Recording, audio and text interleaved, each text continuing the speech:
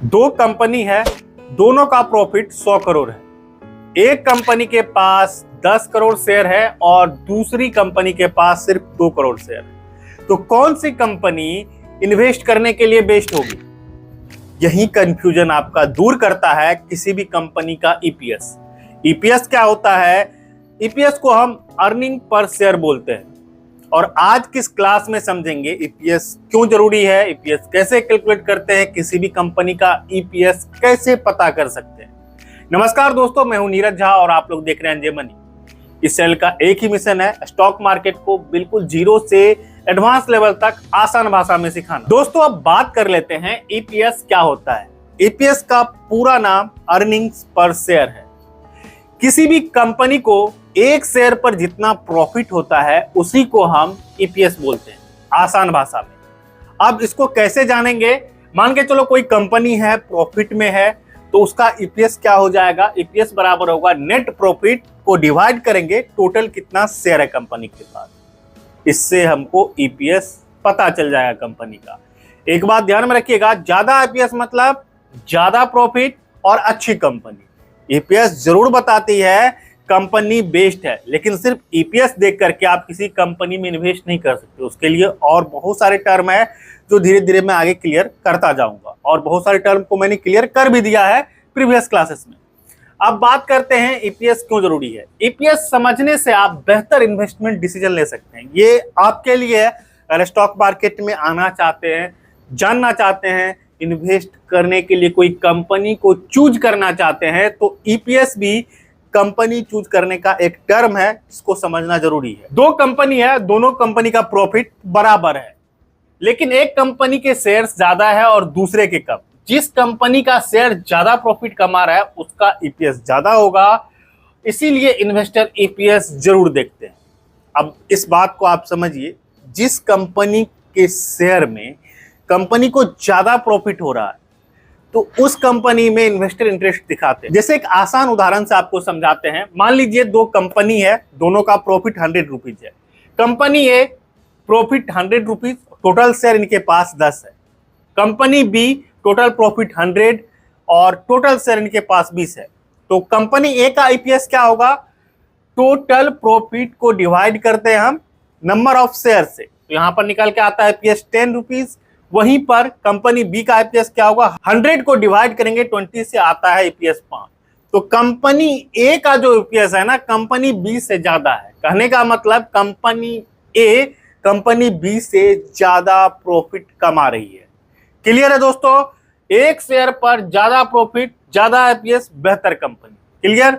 अब बात करते हैं ईपीएस को कैसे कैलकुलेट करते हैं। बता दिया है मैंने, ईपीएस बराबर नेट प्रॉफिट को हम भागा देंगे टोटल आउटस्टैंडिंग शेयर से। अब कंपनी का प्रॉफिट मान के चलो 500 है और कंपनी के पास टोटल 10 शेयर है, तो ईपीएस कैसे निकलेगा? 500 को हम डिवाइड करेंगे 10 से, जो भी निकल के आएगा वो कंपनी का ईपीएस हो जाएगा। उदाहरण देख लीजिए, कंपनी का नेट प्रॉफिट 100 करोड़ है, टोटल 20 करोड़ शेयर है। उसको कैसे निकालेंगे? EPS net profit divided by total outstanding share. तो यहाँ पर देखो ईपीएस बराबर 100 करोड़ को हम 20 करोड़ से डिवाइड कर देते हैं, तो टोटल मेरे पास निकल के आता है ईपीएस 5। क्लियर है दोस्तों? तो ईपीएस निकालना बिल्कुल आसान है। क्या करना आपको? किसी भी कंपनी का अगर ईपीएस निकालना है तो टोटल जो उसका नेट प्रॉफिट है उसको हम डिवाइड करेंगे जितने उनके नंबर ऑफ शेयर्स हैं। क्लियर है? अब बात करते हैं, हाई ईपीएस अच्छा होता है। बहुत लोगों के दिमाग में आएगा जिस कंपनी का ईपीएस अच्छा बता रहा है इन्वेस्ट करने के लिए बेस्ट होगा, लेकिन कुछ हद तक ये बात सही है, लेकिन कहीं कहीं करेक्शन की भी जरूरत है। जैसे आमतौर पर हाई ईपीएस अच्छा संकेत देता है हर शेयर पर ज्यादा प्रॉफिट, कंपनी की इफिशियंसी अच्छी मानी जाती है, शेयर होल्डर के लिए वैल्यू क्रिएट करता है ईपीएस, स्ट्रॉन्ग बिजनेस का संकेत। लेकिन एक बात ध्यान रखना है, सिर्फ हाई ईपीएस देकर कंपनी नहीं खरीदनी चाहिए। कंपनी का पूरा एनालिसिस करना आपके लिए जरूरी है। सिर्फ ईपीएस एक टर्म नहीं है जिसको देखे और अच्छा है कंपनी में तो इन्वेस्ट कर दिया, ऐसा नहीं है।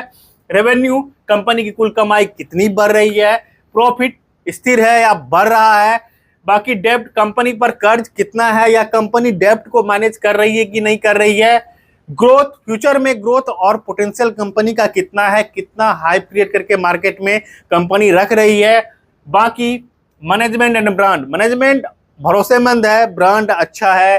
तो भाई ये जो कुछ चीजें है ना, इसको अगर आप एनालाइज करोगे तब आप एक अच्छी कंपनी को फिल्टर कर पाओगे। एक बात ध्यान में रखिएगा, रेवेन्यू मैंने आपको प्रीवियस क्लासेस में पढ़ा दिया है, प्रॉफिट बता दिया है, डेप्थ बस कल के क्लास में बता दिया है, ग्रोथ और मैनेजमेंट एंड ब्रांड भी आगे हम पढ़ेंगे।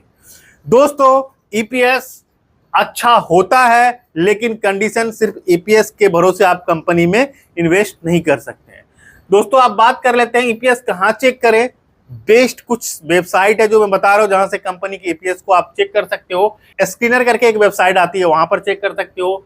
टिकर टेप मोबाइल पर ये एप्लीकेशन अच्छा काम करती है, वहां पर कंपनी का रेवेन्यू, प्रॉफिट, मार्केट कैप सब देख सकते हो। बाकी मनी कंट्रोल पर भी आपको दिख जाएगा।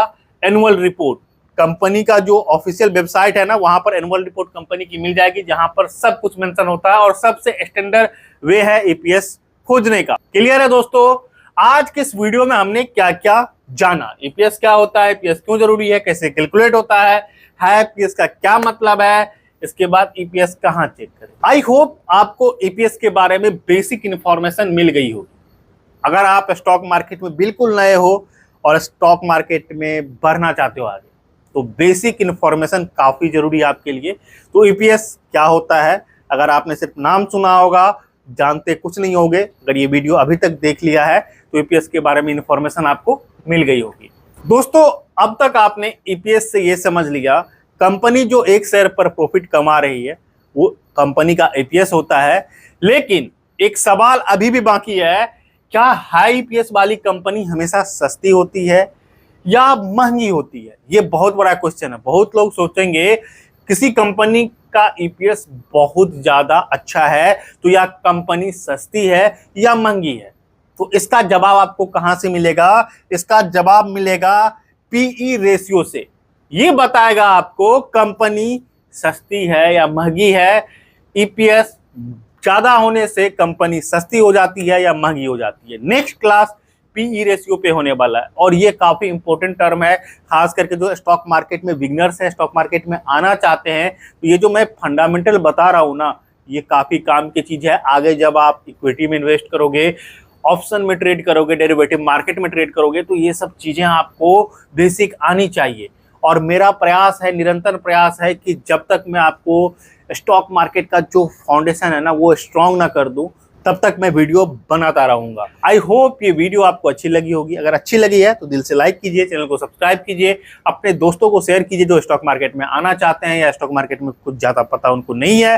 बाकी एक और रिक्वेस्ट रहेगा, एक बार चैनल पे विजिट कीजिएगा, होम पेज पे ही एक प्लेलिस्ट मिल जाएगा stock market for beginners, video number 1 से जरूर देखिएगा, जिससे आपको स्टॉक मार्केट के बेसिक के बारे में पता चल जाएगा।